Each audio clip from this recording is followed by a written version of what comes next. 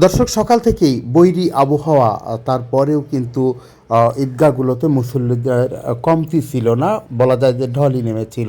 সকল বৈরী আবহাওয়া উপেক্ষা করে ফরিদপুরের বিভিন্ন ঈদগাহে আজকে নামাজ অনুষ্ঠিত হয়েছে। তবে বিভিন্ন জায়গায় যেখানে সুযোগ ছিল সেখানে মসজিদের মধ্যে বড় স্পেসে নামাজ আদায় করা হয়েছে। আবার কোথাও কোথাও সামিয়ানার উপরে ট্রিপল টানিয়ে নামাজের ব্যবস্থা করা হয়েছিল।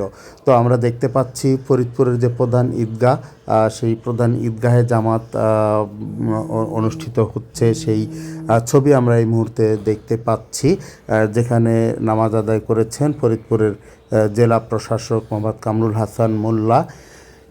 এবং জেলা জুড়েই কিন্তু আজকে এই বৈরী আবহাওয়ায় নামাজ আদায় করেছেন মানুষ। বিভিন্ন জায়গায় কেউ ছাতা কিংবা বৃষ্টি থেকে বাঁচবার জন্যে পলিথিন বা বিভিন্ন ধরনের নিরাপত্তা নিয়ে তারা ঈদগাহগুলোতে ছিলেন এবং নামাজ আদায় করেছেন। বিশ্ব মুসলিম উম্মার শান্তি কামনায় মোনাজাত করেছেন। তো আমরা দেখতে পাচ্ছি সেই নামাজ আদায়ের কিছু দৃশ্য।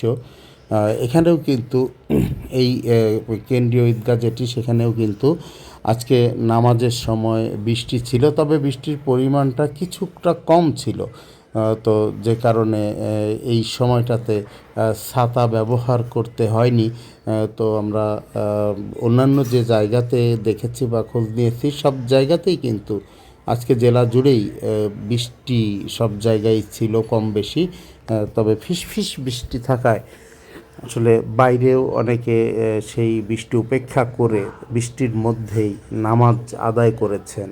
তো এবং নামাজ শেষে কোলাকুলি করেছেন এবং একে অপরের প্রতি শুভকামনা বা শান্তি কামনা করেছেন। السلام عليكم ورحمة الله.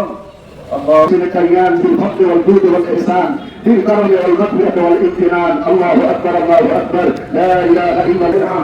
بسم الله الرحمن الرحيم الحمد لله رب العالمين الرحمن الرحيم مالك يوم الدين إياك نعبد وإياك نستعين به أجمعين.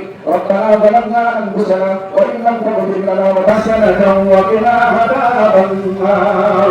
ربنا هب لنا من أزواجنا وذرياتنا أمنا رحمة بك الله بكلمة بك هذا بلا يقبل الله سيدنا الله الله والنبي محمد অনেক ভাষা আপন সব দুনিয়া যায় আপনি করে আল্লাহ তাআলা কাছে কি মাত্র আল্লাহ আল্লাহ তাআলা على المرسلين والحمد لله رب العالمين وجعل آخر كلامنا عند الموت لا إله إلا الله محمد رسول الله.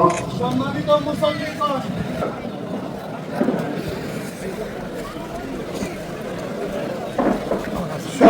মসজিদে নামাজ পড়াইছি, একটা অ্যাক্সিডেন্টে বাইরে গিয়ে ভেঙে গেছে, কোমরটাও ভেঙে গেছে। আমাদের কারণে আমার ছেলে মেয়েরা আমাদের জন্য কান্নাকাটি করে, যে কারণে আমি আপনাদের কাছে সাহায্যের জন্য হাত বাড়াইছি। আপনাদের জাকাত ফেতরা থেকে দান করলে আমি বড় উপকার পাবো। কত টাকাই তো কত পয়সা কত মতো নষ্ট হয়ে গেল। আমার ছেলে মেয়েদের জন্য একটু সাহায্য করলে আমি কৃতজ্ঞ থাকবো।